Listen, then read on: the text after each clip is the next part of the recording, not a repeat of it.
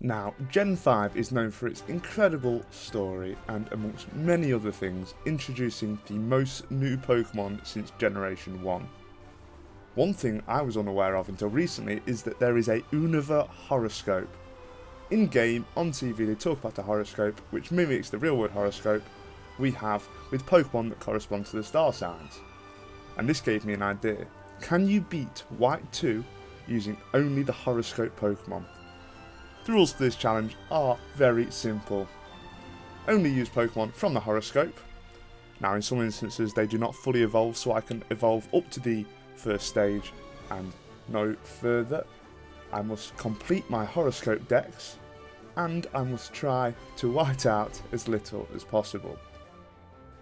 Now the second rule is unfortunately impossible as there are version exclusives, so sorry Gothita, thoughts and prayers with all my Virgos. So without further ado, let's get into it. Now unfortunately I can't use any of the starters, and on top of that our first encounter can't be caught until after the first gym. So I choose Tepig, head to Floxy Ranch, scare off Team Plasma and head to the first gym where Tepig handles Sharon and we gain our first badge. And thankfully it isn't too long until we can get our first encounter just after the first gym on Route 20, which is a Venipede.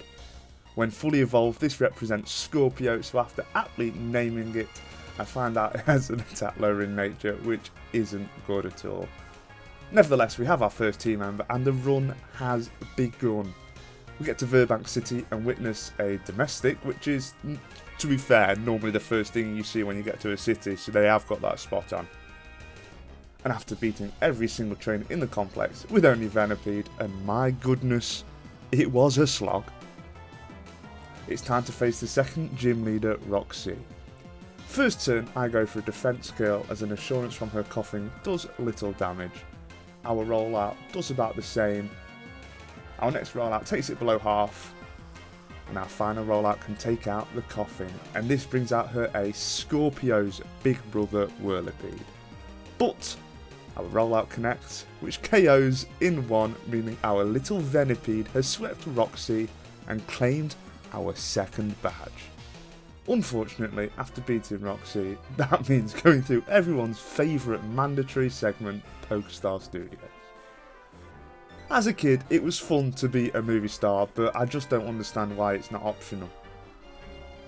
Anyway, once my Barbie 2 audition was recorded, we can chase down another Plasma Grunt, show them who's boss, and hop on a boat towards the Big Apple, Castelia City. And immediately we are being sent into the sewers to find Team Plasma. Lovely. But thankfully our rival Hugh is with us for the double battles, and his duo was amazing, KOing the Sandow with a Razor Shell and the Scraggy the following turn. Thankfully that was all the Team Plasma down there, and we encountered these two gentlemen, and if I know anything, it's do not go near anyone in the sewers. So I'll quickly flee into the nearby relic passage to pick up the hard stone. This item will boost the power of rollout, which will be ideal for the upcoming bug type gym. And in doing so, our Scorpio evolves into a Whirlipede, which is a great upgrade. The Castelia City gym leader turns out to be that bloke from the sewers, and he seems pretty chill. But regardless, we do need to beat him, and with only our Whirlipede. Berg leads with a Swadloon, and I with who else but Scorpio. I go for a different strat this time, opting for a Poison Tail, and it does just below half before we get our speed lowered by String Shot. He outspeeds the next turn, and a Struggle Bug doesn't do too much, and another Poison Tail leaves it deep in the red, and it poisons, but even after poison damage it does not KO. Berg Hyper Potions, and I decide to go for a rollout, which tickles it. Another Struggle Bug does little to us, and another rollout leaves it in the red after poison damage. A third Struggle Bug does 3 more damage, but rollout hits, KOing the Swadloon. Dwebble is out next, and this is the threat. It goes for a stab smackdown, which gets a crit and leaves us very low, and rollout misses. I protect to delay the inevitable, but the next turn another smackdown KOs, whiting us out for the first time. Now, the definition of insanity is doing the same thing over and over and expecting different results, so that is exactly what I do. This time I go for a roll out first, but a string shot does mean that the next turn Swadloon outspeeds, and again does 3 damage with a struggle bug. Roll out leaves it below half and another can KO. Dwebble comes out again and a smackdown leaves us just above half, but a roll out misses again. Another smackdown leaves us on just 15 HP and we don't do enough damage, so it can do the same again and stop us in our tracks. Now the third time is the charm, and this attempt starts off well, roll out misses, string shot lowers our speed. Wonderful start. Roll out does little, but thanks to the leftovers I found in the sewer, I wouldn't recommend eating them by the way. We can stay at full health after struggle bugs do little, and a crit rollout can KO. Dwebble is out next, and a smackdown does about a quarter. Thankfully our rollout hits and brings it deep into the orange. Berg heals up, and our rollout connects again, leaving it on 1 HP thanks to its sturdy. Smackdown doesn't bring us below half thanks to our lefties, and a rollout hits for the 5th time. I don't know what the odds are of that, but I'm not complaining, meaning we have taken down the crab. His ace Livani is out, and I protect the incoming cut to get as much healing as possible, and a cut next turn does more than I'm comfortable with, and a poison tail does less than I'd like. Another cut leaves us below half, but a high roll poison tail takes it below half before they recover with their berry. There's a little more back and forth, but thanks to Protect for recovery we can claim victory. Maybe I should have changed my tactics, because Protect and Leftovers won me that fight for certain. But that's the 3rd badge down. Thankfully we can get some extra team members now, as I think Scorpio's back hurts from carrying. But not before having one last solo battle against Colores, the other sewer lurker on Route 4, and on paper this is tough. But big brain plays, I taught our Scorpio the Rock Smash TM. He leads with the Magnemite, and our first Rock Smash gets the defense drop, but we do get paralysed by a Thunder Wave. The Magnet Bomb the next turn does little, and the second Rock Smash can KO thanks to that drop. Clink comes out, and a Gear Grind brings us to just above half, and a Rock Smash gets yet another drop. Another Gear Grind leaves us on 20 HP, and a Rock Smash gets it into the yellow and gets another drop. I've never seen this before, this is absolutely crazy. And instead of finishing off, he goes for charge for some reason, so I can Rock Smash for the KO, but that was close and lucky. And on the same route I can pick up some reinforcements. I caught a Petilil in the Castelia Park, and I trade it with the boy in the house for a Cottony. Whimsicott represents Aries, so I'm pleased to add this cute little mon to the squad. Just outside the house is our next viable Pokemon, Braviary, and that is the reason I chose White 2. An absolute powerhouse so early on, and with its hidden ability Defiant too. Braviary is one of my all-time favourites and represents Leo. I tell you what, it's a good job we had Cottony, because we could paralyse it and make it easier to catch, because I damn near ran out of Pokeballs. Up ahead at the Desert Resort we can encounter a Dwebble. After it caused us so much trouble, I'm happy to be able to catch one. Dwebble, when fully evolved, represents Cancer, and now Scorpio has some friends. After reaching Nimbasa, I decided to do the optional double battle outside of the battle subway with Rosa, just to test our new team members. But honestly, her Servine just kind of carried us, so it wasn't a fair test of their skill. Some lady outside the Ferris wheel picks a fight with me, but her Feral Liepard is no match for our Cottony. This battle is where I started to appreciate Prankster for the first time. The ability is incredible. But in beating her, I secure the digits and have a very awkward date where I completely bottle it and don't say a word. Safe to say, my guy has got negative riz. Anyway, back to the task at hand, and against one of the Nimbasa gym trainers, Cottony reaches level 26 and learns Giga Drain, and I take this opportunity to evolve him into a beautiful Whimsicott. And without further ado, it is time for the electric gym leader, Elisa. She leads with Emolga and I with Dwebble, and she Volt switches into her Flaffy, which does well over half as I set up the Stealth Rocks, because I know she loves to switch. We outspeed and go for a dig, avoiding a Volt Switch, and we can bring it low. Another Volt Switch connects and unfortunately does KO our Crab. She switches back into Emolga and we bring out Scorpio, and what a surprise, another Volt Switch. This time into her ace Zeb Striker as we use Rollout. Zeb Striker uses, you guessed it, Volt Switch, which leaves us on just 15 HP and brings out Flaffy, but thanks to Stealth Rock chip damage, our Rollout can KO. Zeb Striker comes out again and goes for yet another Volt Switch, which KOs our Scorpio and switches into Emolga. I choose Leo and he takes a Volt Switch just below half, which brings the Zebra back out. And thanks to hazard damage, Strength can KO. Emolga's her final Pokemon and it is brought into healing range by Stealth Rock damage. And a Silk Scarf boosted Stab Strength can do massive damage, bringing it back into the red. But we do get hit by a Volt Switch the next turn, which KOs our Bird and brings out our final Mon, our newly evolved Whimsicott. For some reason she goes for Quick Attack, so a Giga Drain can KO the Squirrel and claim our 4th badge. I'm not good at tactical thinking, but setting up those Stealth Rocks because of Volt Switch was... I've got to give myself a pat on the back. And for winning, not only do we get the badge, but the real prize is getting a walk down the catwalk. I feel like Zoolander. And just to the east of Nimbasa City, we can get our next encounter in Lost Lawn Forest.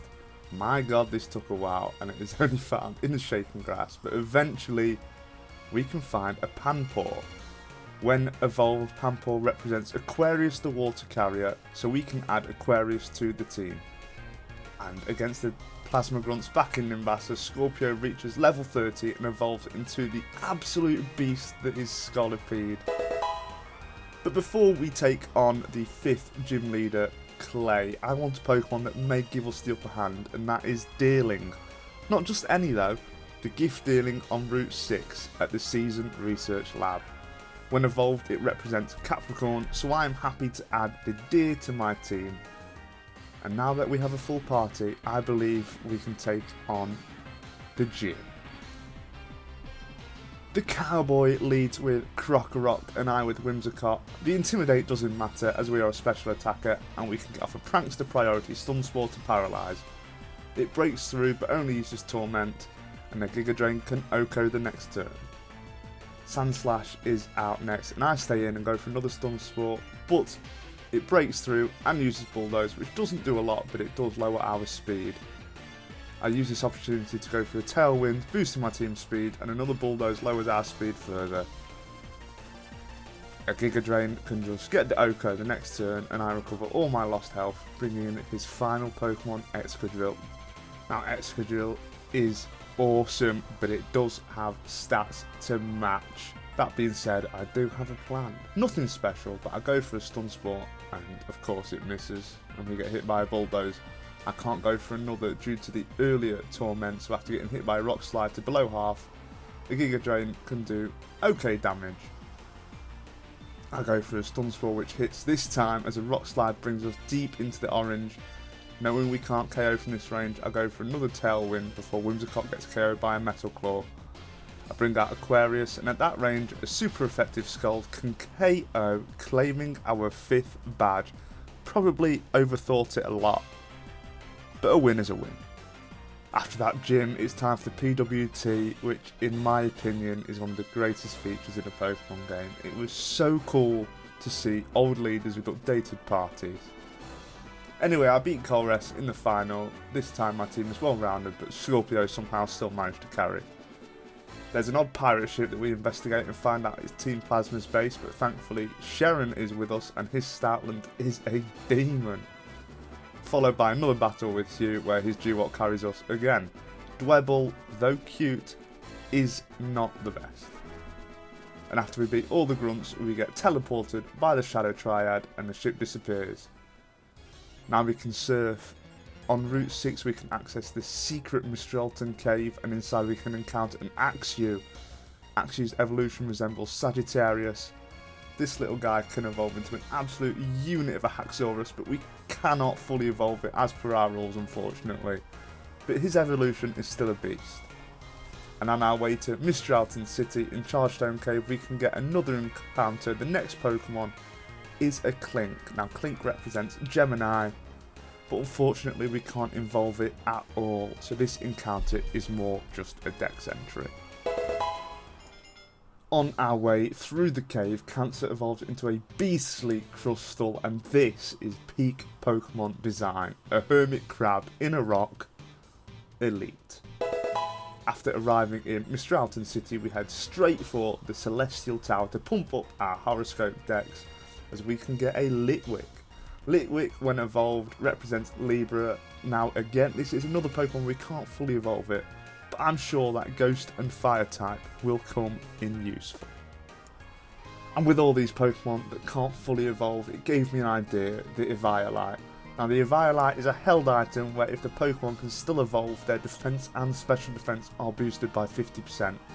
And let me tell you, this will come in handy. And as we are in Castelia, to get them, I decide to revisit Route 4, but as we can now surf into the Rippling water spots, we can encounter a Lomomola.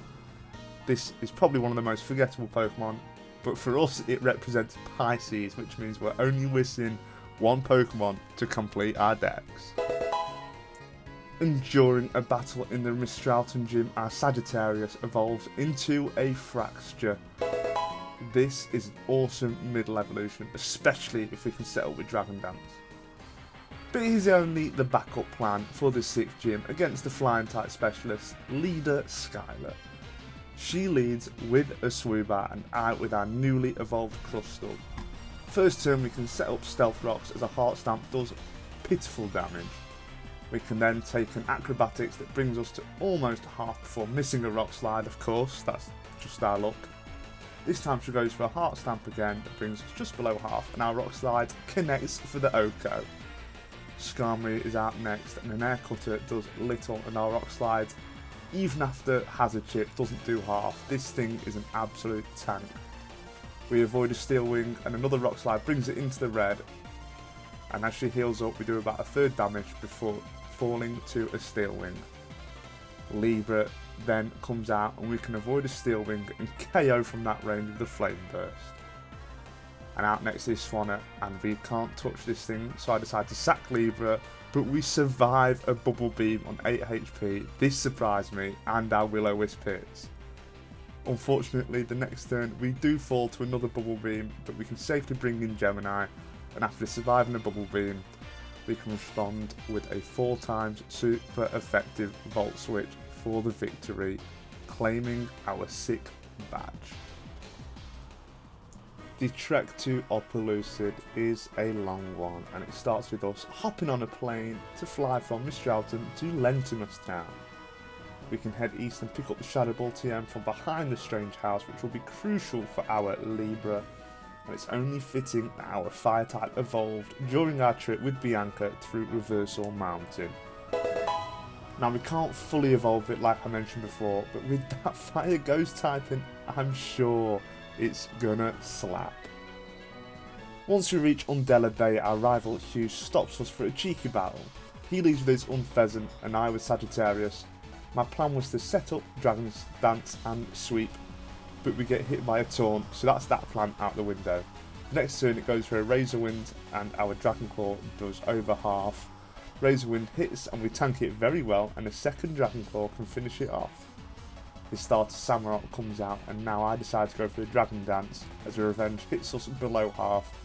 I get greedy and go for another Dragon Dance as a slash takes us to about a quarter, and then decide to go for a +2 Dragon Claw, and it just barely doesn't KO, leaving it deep in the red as a final slash takes us out. Leo comes out, and as he heals up, a slash from us can do about a third. A second slash leaves it on a quarter as we can take little from one. An Aqua Jet then takes us below half, but we can just finish it off. His final Pokemon is Simisage, and after taking a Seed Bomb we can use Fly for the Oko. We head onwards and find ourselves on Route 13 where the legendary Pokemon Cobalion is just sat waiting for us. Unfortunately, we do have to pass up the opportunity to use it this time and head straight to Lacunosa Town to meet with the Professor, but we get jumped by Zinzalin of Team Plasma and have to have yet another double battle with Hugh. I lead with possibly the worst Pokemon considering they all like ice types. Sagittarius doesn't last long. Thankfully our Crab can come in and mop them up, of course with the help of Shamrock. With them dealt with, we can travel west, reach the village bridge where the guy forces us to battle for his 1000th win streak, and to put it lightly, we end this man's whole career. That is unfortunate, but you know, it is what it is. He forced stuff, so it's on him, really. On Route 11 we can avoid yet another legendary, but my god it's so tempting. And we can head straight through the gate to arrive at our destination, Opelucid City. And I have to say the Opelucid gym is so cool with the black and the white dragons, but we're not here to compliment, we are here to destroy. Drayden, the dragon type specialist, stands between us and our 7th badge, and dragon types are incredible, especially when we can't have an ice type. But I have an idea. I lead with our Crab and decide to set up Shell Smash. The crunch from Druddigon does about a third. I decide to not be greedy and just go for an X-Scissor which does massive damage, leaving it deep in the orange as a revenge leaves us on a third. Drayden heals up as another X-Scissor brings him low and just another one can take it out. Flygon is his next Pokemon and I decide to stay in and get off as much damage as possible with an X-Scissor, and it leaves it on just a slither, and a Dragon Tail brings us low but does switch us out. Sagittarius gets dragged out, and while I do take the risk to go for a Dragon Dance, Flygon outspeeds, but it just goes for a Crunch. And with our boost we can outspeed the next turn and finish it off, bringing out his final Pokemon, our older brother Haxorus. But with our boost we are able to just outspeed and OHKO the dragon with a Dragon Claw, claiming the 7th badge. Bigger is not always better. It's just what you want to hear. And now that we have earned his respect, Drayden tells us the story of an ancient dragon Pokemon, only to be rudely interrupted by Team Plasma and their flying pirate ship. They coat the city in ice, conveniently leaving the Poke Center unharmed. I deal with the 3 grunts with ease, and in doing so our Capricorn evolves into a beautiful Swordsbook.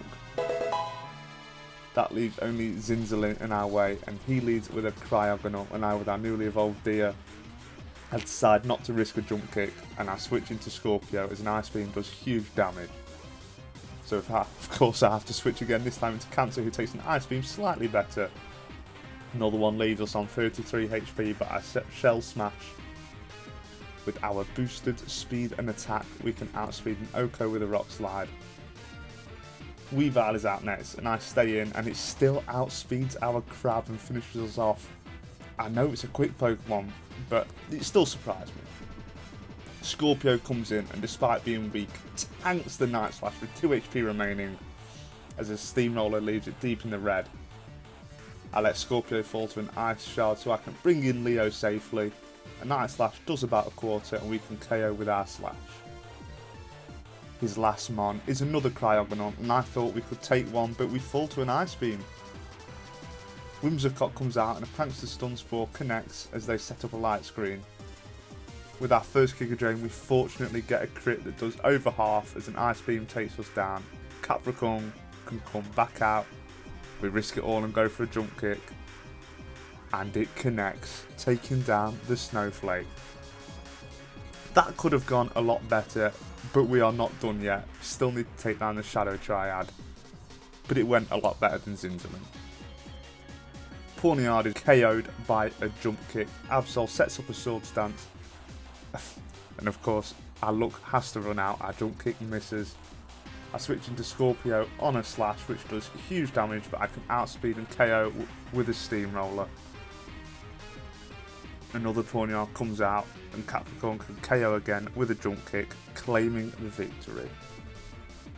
Why I didn't use my Fire type still with the Ice types is absolutely beyond me. We find out they managed to steal what they came for, and I just get told to go about my business. So I do. I head back to Umbella Town and go through the visually stunning Marine Tube. Didn't see Waylord, unfortunately. I take it all the way to Humalau City, where we can take on the final gym leader, Marlon. And for an 8th gym, this was fairly simple. I lead with Whimsicott and he with Caracosta. I Poison Powder just to break Sturdy as they use Shell Smash.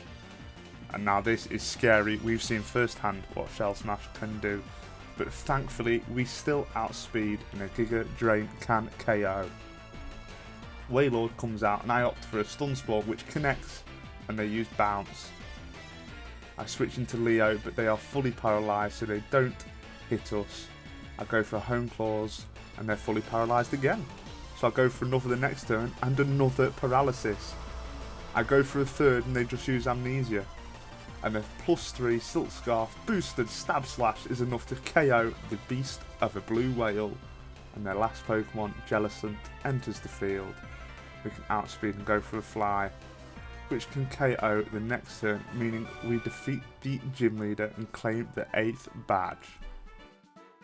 Now that we have 8 badges, we can take down Team Plasma, and on our way there, Pampor reaches level 43 and learns Crunch.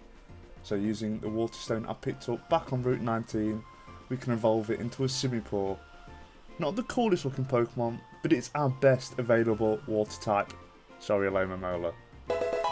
We reach the Plasma Frigate, and after Marlon lets us on board, we get jumped by some grunts. But our newly evolved Aquarius can handle them with ease. Oh my god, Scold is incredible, isn't it? The double battle with Hugh went like all the others, carried by Hugh and his Samurott, as the grunts were fixated on me. After making our way through the base and disabling the barriers, we can do yet another double battle with Hugh, this time against Inzolin. And I learnt from my mistakes and brought Libra with me, but it was futile, as the Lipard made light work of our lamp. Samurott, as always, carried us, but our Crab did pull his weight after coming in and firing off some super effective rock slides. We get kicked off the ship by the Shadow Triad, and they flee to the giant chasm. Obviously, the Chard has to chase them down. And when we get there and dispatch some more grunts, we can climb the ice slope to end this once and for all. In the depths of the ship, Colress stands before us, and this is a very tough battle. His steel types are ultra defensive and deceptively powerful. He leads with a Violite Magneton and I with Whimsicott. I go for a Giga Chain first turn that does pitiful damage and we get paralysed. I go for my own Stun Spore that connects and luckily gets the full paralysis. Next turn I go for another Giga Drain and get hit by a Flash Cannon that does huge damage after another Giga Drain takes it just below half, but the recovery isn't enough and a Flash Cannon KOs. Libra can come in and finish it off with a Flame Burst. The pseudo-legendary Metang comes out and the next Flame Burst does huge damage as it sets up an Agility, but now it outspeeds and it can just KO us with a Rock Slide. Scorpio comes out and a Steamroller falls just shy of KOing, but it does flinch. We go for another as he heals up with a full restore, and the next turn we can bring it below half and it sets up another Agility. We avoid a Zen Headbutt and can bring it into the red, and another Zen Headbutt hits and flinches us, meaning that the next turn we just get KO'd. Cancer can come out, and after taking a Meteor Mash we set up a Shell Smash, but we are still slower, falling to another Meteor Mash the next turn. The wheels are coming off here, my guys. Aquarius comes in and survives a Zen Headbutt, and a Crunch can finally KO the Metang. Magnezone comes out and our Scald does just below half and does get the burn, and they respond with a Discharge that just KOs our Monkey. Leo is our last hope and a Fly does negligible damage as we get paralysed. As burn damage brought it low, it does go for an explosion that does too much to our bird. The Clink Clank is out, and at this point I just know it's over and we get outsped, and the Thunderbolt does huge damage leaving us in the red, and it just finishes us off with a Gear Grind, taking our third whiteout on the chin. I reevaluate and we can go again. I switch up and lead with our trusty Crab, and a Volt Switch does just under half as they switch into Metang. We do get off the Shell Smash this time, and with our boosted speed we can move first and go for a dig which can KO in one. Magneton comes back out and we go for a dig, avoiding a flash cannon, and dig leaves it on 1 HP thanks to its sturdy, and a flash cannon can KO us from that range. I send out Libra, knowing that he will heal. I go for a Flame Burst which does over half. It goes for another Volt Switch and goes into Cling Clank this time, and the Flame Burst can do over half again. We survive a Thunderbolt on just 3 HP, which is absolutely huge, and another Flame Burst can KO. Beheeyem is out next, and this is great as a spell tag boosted Shadow Ball can get the Oko on the weird psychic thing. Magnezone is his next mon and can outspeed and take out our Libra, unfortunately, but this does bring in our Scorpio, and Scorpio can outspeed the Magnezone, and a Bulldoze does over half as we get paralysed by our Thunder Wave. It goes for Explosion this turn, which brings us low, and it brings out Magneton, who can KO with Tri-Attack. Aquarius comes out, and a Surf is just enough to KO from that range, defeating the Mad Scientist. That's got to be one of the hardest battles in this game, and it was so difficult that I'm so glad it's over. Not sticking around, we can head into the cave and we can have a chat with Getsis, who is possibly, let me know in the comments, the most evil villain in all of Pokemon. And that is only solidified by the fact that he attempts to kill us. But thankfully we're saved by his son, N. And after the dragons fuse together in this awesome cutscene, we have to battle Kyurem. Our Crab gets paralysed by a Dragon Breath first turn, which is unfortunate, and our Rock Slide does just below half. A second leaves it on what must be 1 HP as an Ice Burn KOs us. Whimsicott comes out and I Poison Powder to guarantee the KO at the end of the turn. Fortunately we get healed up before Getsis attacks us. He leads with a Cofagrigus. Of course I Shell Smash turn 1 as it goes for Protect. I risk it and go for a second as it goes for a Toxic, badly poisoning us.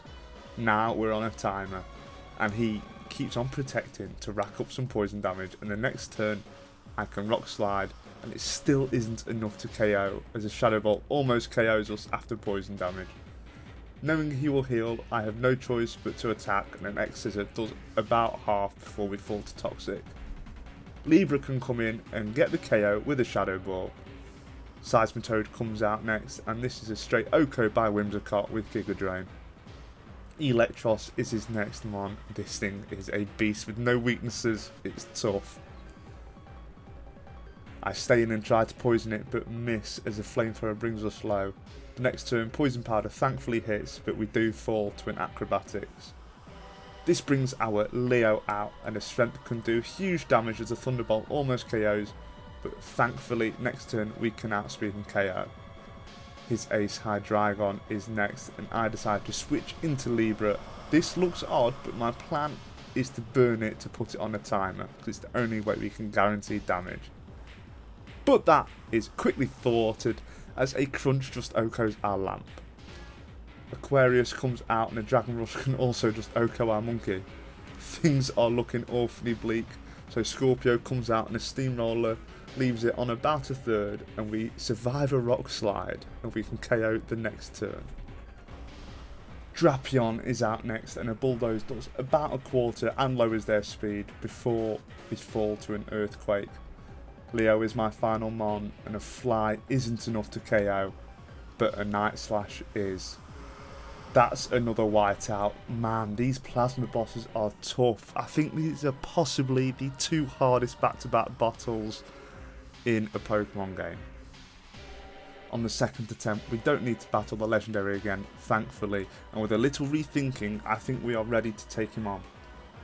This time I lead with Libra. Cofagrigus protects first turn, but the next turn a Shadow Ball leaves it low. He protects to rack up the poison damage, and thankfully we can take it down with another. Seismitoad is next, and Whimsicott can come in and take it out again with a Giga Drain. This brings out his Electros. I decide to stay in and go for the Para, but we miss as an Acrobatics takes us into the red. The next turn, the Stun Spore connects as we fall to another. Our crab comes in and I take this opportunity to set up. The first turn I shell smash and acrobatics does half. The next turn I go for an X scissor which leaves it low as we are also brought low. He goes for a full restore as our X scissor leaves it in the red, and the next turn we can take it out. Hydreigon comes out and I don't want this pseudo legendary decimating our team. This time, thankfully, one boosted X scissor is enough to take it down. Drapion is out next and I go for a dig. This falls just shy of the KO, but we survived incoming Night Slash somehow, so we can KO with another dig. His final mon is a Toxic Croak, and one final dig is enough to KO the Poison Frog and destroy Team Plasma once and for all. Thank God that's over. I definitely could have played that better, but we've got to look ahead and focus on the upcoming challenge. With Team Plasma defeated for good and the region saved, we can carry on with our original goal and complete our horoscope Pokédex by finding Bouffalont on Route 23. I was lazy and honestly couldn't be bothered, so I just threw the Master Ball at the beast. Bouffalont represents Taurus, the bull, and with that our dex is complete, so there's only one goal left, the Elite Four. And after passing through the badge gate, we have one last obstacle, Victory Road. Well, more accurately, it's the rival battle at the end of Victory Road, and in true fashion, I was not prepared at all. If I'm honest, I completely forgot this battle even happens, and you're lulled into a false sense of security because they only have 4 Pokemon. Hugh leads with Unpheasant and I with Cancer, and they U-turn and switch straight to Samurott as I go for a Shell Smash. A boosted X Scissor does half and a Surf straight KOs our crab. Whimsicott comes out and a Giga Drain can fortunately KO, but this brings out Bouffalont. We can get off a Poison Powder, but a super effective Mega Horn leaves us on just 6 HP. I go for a Giga Drain the next turn to get some damage off, but I completely forgot it had Sap Sipper. This boosts the Bull's attack, which is not what we need at all, and we get KO'd by an Earthquake. Scorpio can come in, and I wanted to bait an Earthquake, so I immediately switch into Leo, but it just head charges, which I probably should have seen come in, which takes us very low. I go for a Fly the next turn, and thankfully it connects to get the KO. Simisage comes out, and I switch into Scorpio. A Steamroller does huge damage, and we avoid a Rock Slide, fortunately. He heals up, and after a couple more Steamrollers, we can take it down. And his final mon is the Bird Unpheasant. I switch into Aquarius, and we fire off a Scald that does just under half, and we get swaggered. The next turn, we hurt ourselves in Confusion, and a Facade brings us to just 7 HP. And it's just my luck that we hit ourselves in Confusion yet again. With Aquarius down, Leo comes out, and at this range we just get outsped and taken out by a Facade. Libra the Lamp comes out, and we get swaggered again and hit ourselves in Confusion. What a surprise. An Aerial Ace takes us below half, and we hit ourselves in Confusion yet again. And then the next turn we just get knocked out. Our last hope, Scorpio, comes out, and a Poison Tail does pitiful damage, and we get hit by an Aerial Ace that does over half. Poison Tail doesn't crit, so they do survive on what must be 1 HP, and we get taken out. We got so unlucky there. Confused 5 turns in a row. But you know, we've got to go again. This time, we start exactly the same. He leads with Unpheasant, and I with our Crab. He U-turns into Samurott yet again, and I Shells Smash yet again. I opt for Dig this time, avoiding a Surf and doing about a third, and then a Surf takes us out. Whimsicott comes out and Giga Drains for the KO. Pretty much the exact same battle as before. Only this time when Bouffalont comes out, I switch into Aquarius and fire off a Scald that does about a quarter as they use Wild Charge, and we survive on just 9 HP. What a clutch by our monkey. But we fire off a Surf and it doesn't even KO.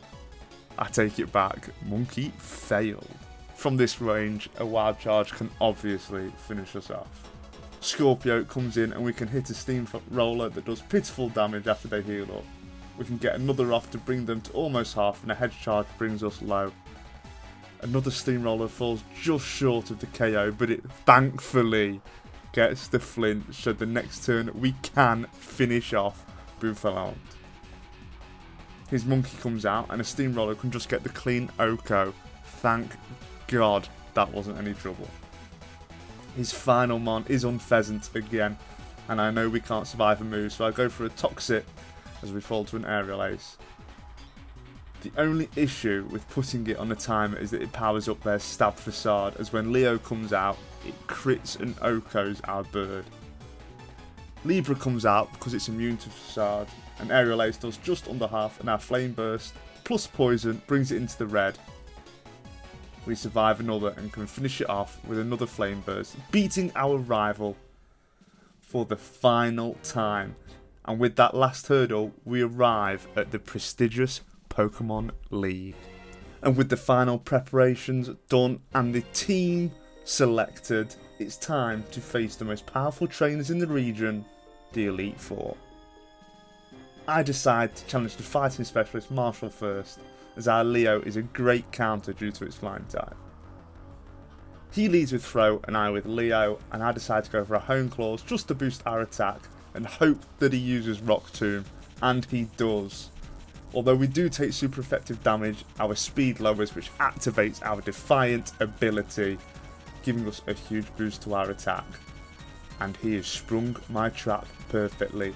A super effective Flycan Oko, which brings out his Conkeldurr, and this thing is an absolute beast. But again, it suffers the same fate as a Fly can knock it out. Salt comes out, and this thing does outspeed and hits a Rock Slide, and a crit strength leaves it on 1 HP thanks to Sturdy. He heals up the next turn, and another strength brings it low. We take another Rock Slide, and then can finish it off. His final mon, Mienshao, comes out, and unfortunately we are brought so low that High Jump Kick can take us out. Thankfully, Libra can come out, and after avoiding a bounce we can burn with a Will-O-Wisp, and after avoiding another bounce, thanks to burn damage, Shadow Ball can take it out. First Elite Four down. I'm surprised my strategy worked that well. Next up is the Psychic Specialist Caitlyn, and now I do have a plan for this, and the key is our trusty Crab. She leads with a Mushana and I with Cancer, and I don't Shell Smash. I know, even I'm surprised. I go for an X-Scissor, which leaves it on a third as we get hit by a Yawn. I don't want any of our mons to fall asleep, so I swap into Libra, who gets hit by another Yawn. And now for the next 5 or so moves, it was just us switching as they spammed Yawn on every mon. But finally, they use Reflect as Libra comes in, so we can just Shadow Ball and get the KO before it can make any of our Pokemon drowsy. Sigilith comes out next, and we do get hit by a Shadow Ball that crits and Okos us, unfortunately. But our Crab can come back out, and we take a Psychic that does about half, and unfortunately our Rock Slide misses. Another Psychic leaves us very low as our Rock Slide connects, but due to the Reflect it does about a third. Sigilith then just finishes us off, and we can bring out Aquarius, and thanks to Reflect ending, a Crunch can take it out. Gothitelle is out next, and we can outspeed and do almost half with a Crunch as they set up a Calm Mind. I go for a Surf, which activates its Berry, and the Thunderbolt KOs our Monkey. Scorpio comes out, and an X-Scissor can finish it off, bringing out her final mon, Reuniclus. Another can do over half as a Psychic Okos. Things are looking really bad, but I switch into Old Reliable Leo, and the Strength can finish it off, defeating the second Elite Four. Next, I decide to take on Grimsley, the Dark Specialist, and this time no strategy, just vibes. He leads with Lipard and I with our Crab, and the first turn we get flinched by a Fake Out, and then we can take a Night Slash before Okoing with a Cross Scissor. Scrafty is out next, and we can switch into Leo, who can hit a Fly for almost a KO. A Rock Tomb gets a crit and does half, but like Marshall, this activates our Defiant ability. I know he will heal, so I go for another Fly, which can get the clean KO. Crocodile comes out and an Intimidate activates our Defiant ability yet again, and after taking a crunch we can OHKO the Croc with a Strength. His final mon is a Bisharp, and a Night Slash gets a crit and KOs unfortunately. We were low, but I'm not sure if the crit did matter. Either way, Scorpio can come out and use Dig, which does less than I thought.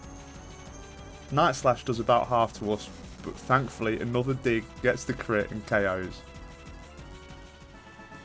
The vibes there were good.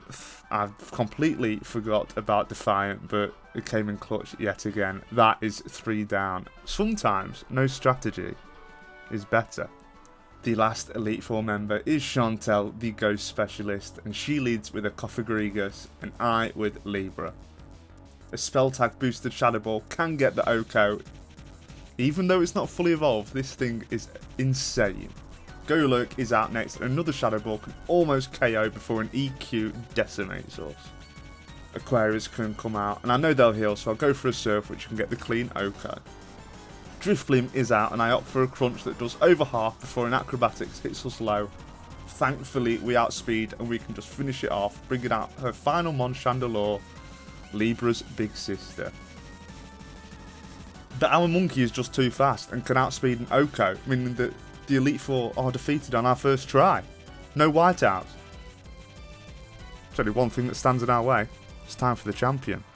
And there is nothing else to do apart from pray to Arceus that it goes in our favour. It's time for champion Iris, and her team is absolutely stacked with powerful dragon types and pseudo legendaries. But here goes. She leads off with a Hydreigon, and I with our trusty Crab. The dragon goes for a Surf that does massive damage as we get off a Shell Smash. And due to our speed boost, we can take advantage of their Dark type by hitting a super effective X-Scissor for the OHKO. Lapras is out next, and I decide to stay in and go for Rock Slide, and thankfully it connects for the clean KO. Druddigon is her next mon, and again I decide to just stay in and fire off an X-Scissor which does huge damage, but they hit a Focus Blast, KOing our Crab. She did amazing. I bring in Aquarius as she heals, hit an Ice Beam for over half, so the next turn we can just finish the dragon off. Aggron comes out and I could hit a Stab Surf to OHKO. This monkey is incredible. Her penultimate mon, Haxorus, comes out and I go for an Ice Beam which does huge damage as it sets up a Dragon Dance. God, that's scary. It outspeeds and Earthquakes, and we survive on 4 HP. And we can fire off another Ice Beam for the KO. Her final mon is an Archeops, and unfortunately it outspeeds and finishes our monkey off, but we can bring in our Whimsicott and get the Stun Spore off. Unfortunately we do fall to an Acrobatics, but this paralysis was clutch as now Libra can outspeed and a Shadow Ball can bring it into defeatist range. The dragon is fully paralysed on the next turn, and our Lamp can KO, defeating the Fossil and crowning us the new champion of the Unova region. This challenge run was so fun using Pokemon I've never used, and who doesn't love Unova? Some misplays on my part, but it's all part of the journey. I thank every single one of you for watching, and if you enjoyed the video, hit the like button, hit subscribe if you want to see some more wacky Pokemon challenges, and if you have anything to add or runs to suggest, leave a comment down below.